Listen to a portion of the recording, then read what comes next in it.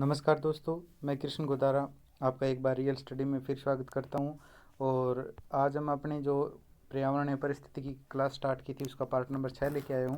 और अब बार बार बताने की ये ज़रूरी नहीं है भी ये किसके काम आते हैं। तो ये कोई भी आपका एग्ज़ाम हो, चाहे IAS UPSC टेट, जो भी प्रकार के टेट एग्ज़ाम होते हैं उनमें 30 नंबर के क्वेश्चन तो आते ही आते हैं। पर्यावरण या परिस्थिति की UGC या नेट की भी तैयारी कर रहे हैं तो उनके लिए भी मोस्ट इंपॉर्टेंट है। तो बिना किसी देरी करते हुए हम अपनी क्लास स्टार्ट करते हैं। और सबसे इम्पोर्टेंट आज एक बात कहना चाहूँगा कि आज वो हमने क्वेश्चन लिए हैं जो बार बार रिपीट हो रहे हैं। तो ज़्यादा से ज़्यादा शेयर कर दीजिएगा और वीडियो को लास्ट तक देखिएगा। और आपको जहाँ भी हमारी कोई कमी लगती है वो कमेंट बॉक्स में ज़रूर बताइएगा। तो मैं आशा करता हूँ कि आप इतना ज़रूर करेंगे। Thank you for. तो अपना पहला क्वेश्चन है, निम्नलिखित में से कौन सी संख्याओं के पारिस्थितिकी पिरामिड केंद्रों में व्यापक हैं। मतलब पिरामिड केंद्र होते हैं मुख्य रूप से कौन से, क्योंकि अलग अलग पारिस्थितिकी तंत्र बनते हैं। जो पिरामिड होते हैं ऊर्जा के भी बनते हैं और भोजन के भी बनते हैं, भार के भी बनते हैं, उस बारे में पूछा गया है। ग्रासलैंड पारिस्थितिकी तंत्र, तालाब पारिस्थितिकी तंत्र, परजीवी खाद्य श्रृंखला, वन्य पारिस्थितिकी तंत्र। अब ये पूछ रहा है, याद रखना भी संख्याओं में मतलब पिरामिड या वो सेंटर में कौन सा है, मतलब मध्य में कौन सा आता है। तो इसकी बात करें तो इसमें अपना कौन सा होगा, वन पारिस्थितिकी तंत्र। नेक्स्ट क्वेश्चन है अपना, ये बढ़िया है क्योंकि क्वेश्चन ये UPSC में पूछा गया क्वेश्चन है। ऐसे ही क्वेश्चन पूछते हैं बार बार भी कौन सा कथन गलत है, सही है, या कौन सा कथन किस तथ्य की पूर्ति करता है। नेक्स्ट अपनी क्वेश्चन स्टार्ट करते हैं। तो अच्छे से पढ़िएगा। वन्य जीव क्षेत्रों, रिजर्व और प्रोडक्ट क्षेत्रों में मनुष्यों का हस्तक्षेप लिविंग लेबोरेटरी कहा जाता है। वन्य जीव रिजर्व में किसी भी अनुसंधान की परमिशन नहीं है। तो इसमें कौन सा होगा, तो भी याद रखिए भी इसमें कौन सा होगा, ऑप्शन अपना क्या होगा, सिर्फ क्या होगा, एक। अब याद रखिए अनुसंधान की परमिशन है, पर परमिशन कब है भी, वो किसी भी प्रकार की जो वनस्पति है और जो वन्य जीव में रहने वाले पशु पक्षी या किसी भी प्रकार की जानवर हैं उनको किसी भी प्रकार की हानि न पहुंचाए तो वहाँ पे परमिशन दी जाती है। नेक्स्ट क्वेश्चन की बात करते हैं। विश्व का पहला ओजोन परत संरक्षण के लिए सम्मेलन कहाँ हुआ। तो वेनिस, वियना, दिल्ली, टोक्यो। तो ये हुआ था भी वियना। कहाँ हुआ था, वियना। और इसके लिए मैं मोस्ट एक बात और बता दूँ, वियना है वो ऑस्ट्रिया की राजधानी है। ऑस्ट्रिया जहाँ के जो ग्रेगर जॉन मेडल हुए हैं, जहाँ से ये अनुवांशिकी की जो कहानी शुरुआत हुई थी, वहीं ये वो ही देश है इनका। और ये जो सम्मेलन है ओजोन वाला, ये हुआ था भी 1985 में। और इसके बाद ये लागू हुआ था भी 1988 में। ये भी याद रखना, 1985 में हुआ था लागू, 1988 में हुआ। और 196 देश क्या है इस सम्मेलन में, या हम कह सकते हैं हस्ताक्षर किए थे वियलन जो ये सम्मेलन हुआ था। और बता दें भी, और ओजोन आपको ये भी पता होना चाहिए ओजोन दिवस कब मनाया जाता है, सितंबर में मनाया जाता है या अक्टूबर में मनाया जाता है। नेक्स्ट क्वेश्चन है, किन जंगलों में 1932 में भारत की पहली बाघों की जनगणना हुई। मोस्ट इंपॉर्टेंट क्वेश्चन है, 4 बार पूछा गया अभी। क्योंकि जनसंख्या व्यक्तिगत तो पता है, बाघों की जनसंख्या, जो बाघ होते हैं उनकी जनसंख्या, कालीरंगा, पलामू, रणथंभौर, गिर। वैसे तो ये सभी है जहाँ पे क्या है बाघ पाए जाते हैं, पर ये क्या है पलामू में क्या है 1932 में पहली बार, और भारत की ये पहली, हम कह सकते हैं पहली पशु जनगणना भी इसे मान सकते हैं। नेक्स्ट क्वेश्चन की बात करते हैं, ये आज़ादी से पहले की बात है। नेक्स्ट क्वेश्चन है, पिट्टी पक्षी अभ्यारण्य कहाँ है। तमिलनाडु, केरल, अंडमान निकोबार, लक्षद्वीप। तो पिट्टी है वो है भी अपना क्या है लक्षद्वीप में स्थित है। नेक्स्ट क्वेश्चन अपनी बात करते हैं, विश्व जल दिवस कब मनाया जाता है। 21, 22 मार्च, 23 मार्च, 24 मार्च।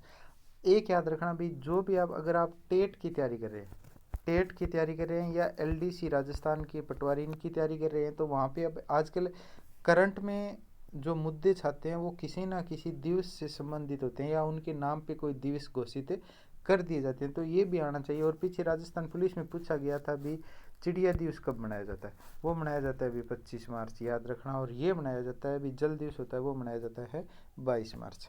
नेक्स्ट क्वेश्चन बात करते हैं, साइलेंट वैली नेशनल पार्क कहाँ है। केरल, कर्नाटक, तमिलनाडु, आंध्र प्रदेश। तो ये साइलेंट वैली है वो क्या है कि केरल में स्थित है। केरल में जो एक जिला है पाल कक्कड़ जिला है, और ये क्या है, नीलगिरी की जो पहाड़ियाँ हैं इलायची के लिए फेमस है, वहाँ पे स्थित है। और इसका जो क्षेत्रफल है वो है 236 किलोमीटर। नेक्स्ट क्वेश्चन की बात करते हैं। परम्बिकुलम वन्य जीव अभयारण्य कहाँ स्थित है? केरल, तमिलनाडु, आंध्र प्रदेश, कर्नाटक। तो ये भी याद रखना, ये भी अपना कहाँ है, केरल में स्थित है। और ये क्या है, छोटा सा वन्य जीव अभयारण्य है।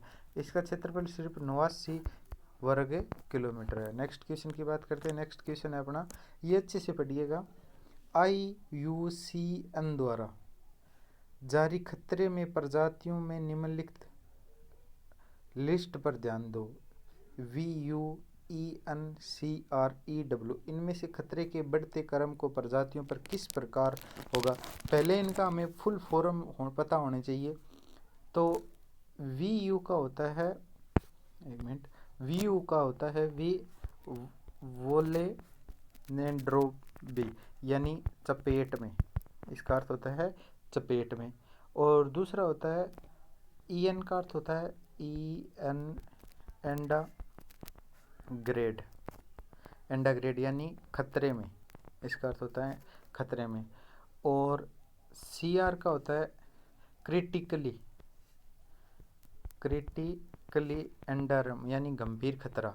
और EW का अर्थ होता है एग्जिट इन द वाइल्ड यानी जंगल से विलुप्त। तो ये क्या होता है, भी पहला होता है, भी पहले का हो गया चपेट में, दूसरा इसका हो गया भी खतरे में, ये है क्या, गंभीर खतरे में, और ये क्या है, विलुप्त हो चुके हैं। तो इसका क्रम क्या होगा, भी पहले तो हमें पता है सबसे कम क्या होता है, खतरे में, सॉरी चपेट में आते हैं, उसके बाद इन पे क्या है, खतरा बढ़ जाता है, और उसके बाद ये इन पे गंभीर खतरा, और फिर धीरे धीरे विलुप्त हो जाते हैं। तो इसका अपना उत्तर क्या होगा, इसका क्रम होगा 1 2 3 4, यानी ऑप्शन कौन सा, C सही होगा। नेक्स्ट क्वेश्चन की बात करते हैं। निम्नलिखित अंतर्राष्ट्रीय निकायों में से किसने बाघों को बचाने और बाघों के आवासों को संरक्षित करने के लिए ग्लोबल टाइगर इनिशिएटिव शुरू करने की सक्रिय रुचि ली है? United nation, world bank, world economics forum, इनमें से कोई नहीं। यानी ये क्या कह रहा है भी, जो बाघ हैं वो क्या है, विलुप्त हो रहे हैं, उनको बचाने के लिए तो इनके लिए रुचि उठाई है भी वर्ल्ड बैंक ने। नेक्स्ट क्वेश्चन की बात करते हैं। ये वापस वही क्वेश्चन है, अच्छे से पढ़िएगा। भारत में 1991 में CRZ अधिसूचना यानी तटीय क्षेत्र है, उनके लिए जो क्षेत्र बनाया हुआ है उसके लिए CRZ उपयोग शब्द ये क्या है, उपयोग किया जाता है। तो मैं तटीय क्षेत्र में उच्च ज्वार पर आधारित थे। 2004 की स्वामीनाथन रिपोर्ट इस बात का रिव्यू करने के लिए थी कि उच्च ज्वार लाइन सर्वोत्तम अभ्यासनीय कम वैज्ञानिक है।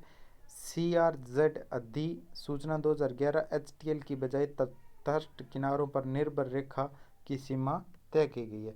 तो इनमें से जो अपना ऑप्शन होगा वो ध्यान रखिए, ये क्या होगा, इसके लिए अपनी जो याद रखिए ये ऑप्शन होगा भाई, इनमें से जो है 1 और 2 ही सही है, ये क्या है, ये नहीं है। नेक्स्ट क्वेश्चन की बात करते हैं।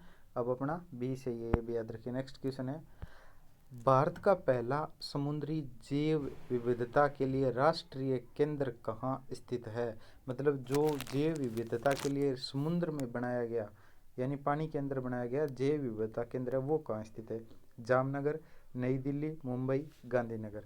तो ये स्थित है भी जामनगर में। और जामनगर आपको भी पता होना कहाँ स्थित है, गुजरात में, यानी गुजरात यानी जहाँ पहले मोदी जी हैं वो मुख्यमंत्री थे। नेक्स्ट क्वेश्चन की बात करते हैं।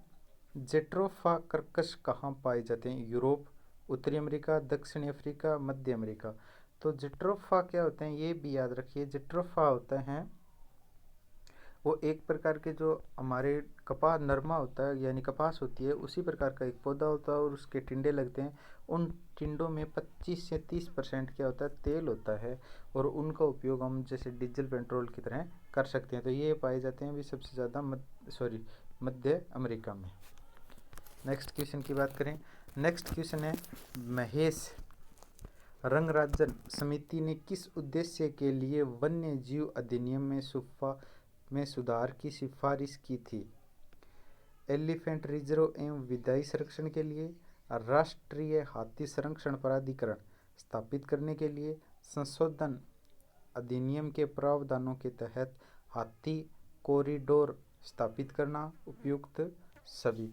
तो ये भी अपना जो क्या है, ये सिर्फ बनाया गया था भी जो हाथी संरक्षण है इनके लिए, तो ऑप्शन कौन सा होगा, बी से। नेक्स्ट क्वेश्चन बात करते हैं, निम्नलिखित पर ध्यान दीजिए, आयरन, मोलिब्डेनम और मैग्नीशियम इनमें से क्या जैविक नाइट्रोजन फिक्सेशन में सहायक है? केवल 1 और 2, केवल 2 और 3, केवल 2 और केवल 3, मतलब इनमें से जो नाइट्रोजन फिक्सेशन होती है उसके लिए कौन सा सहायक है?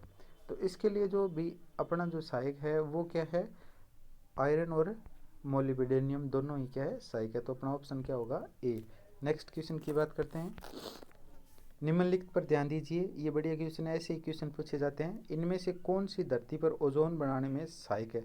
अब देखिए आसमान की बात नहीं हो रही है, धरती पर बात हो रही है। Nitrogen oxide, carbon dioxide, methane. तो याद रखिएगा जो ओजोन है उसका सूत्र होता है, ये भी याद रखिएगा, O3। और जो प्रकृति में ओजोन बनती है वो ऑक्सीजन से बनती है, ये भी याद रखिएगा, आपके लिए बढ़िया है, हमेशा ही पूछा जाता है क्वेश्चन।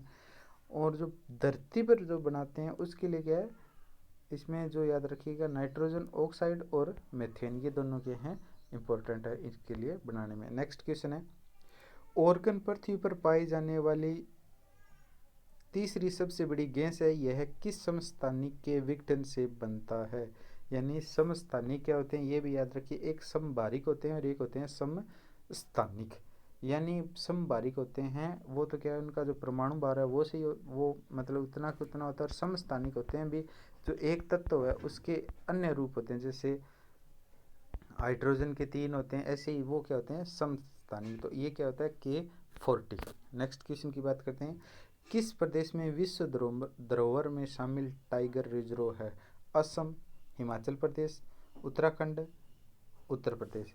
तो याद रखना टाइगर की बात आ जाए तो टाइगर का संबंधित कोई भी क्वेश्चन आ जाए तो अब वर्तमान में क्या असम में ही क्या है, असम में आपने सुना होगा भी जो मानस टाइगर रिजर्व है वो क्या है, विश्व धरोहर में शामिल है। नेक्स्ट क्वेश्चन की बात करते हैं, नेक्स्ट क्वेश्चन है अपना, निम्नलिखित कथनों पर ध्यान दीजिए, NTCA राष्ट्रीय बाघ संरक्षण प्राधिकरण एवं वैज्ञानिक निकाय, NTCA घोषणा वन्य जीव संरक्षण के संशोधन के बाद हुई, इनमें से कौन सा सत्य है? केवल 1, केवल 2, दोनों, या इनमें से कोई नहीं? तो इनमें से क्या है, सिर्फ अपना क्या है, ऑप्शन ए। अगर आपको ये वीडियो अच्छी लगी है तो प्लीज़ ज़्यादा से ज़्यादा शेयर और लाइक सब्सक्राइब ज़रूर करें, और ऐसे ही हम आगे की वीडियो आपको डालते रहेंगे। तो जितना आपको जो भी कमी लगी है, हाँ हो सकता है थोड़ी बहुत आवाज़ कम हो, पर वो हम आगे की पूर्ति कर लेंगे। Thank you for watching.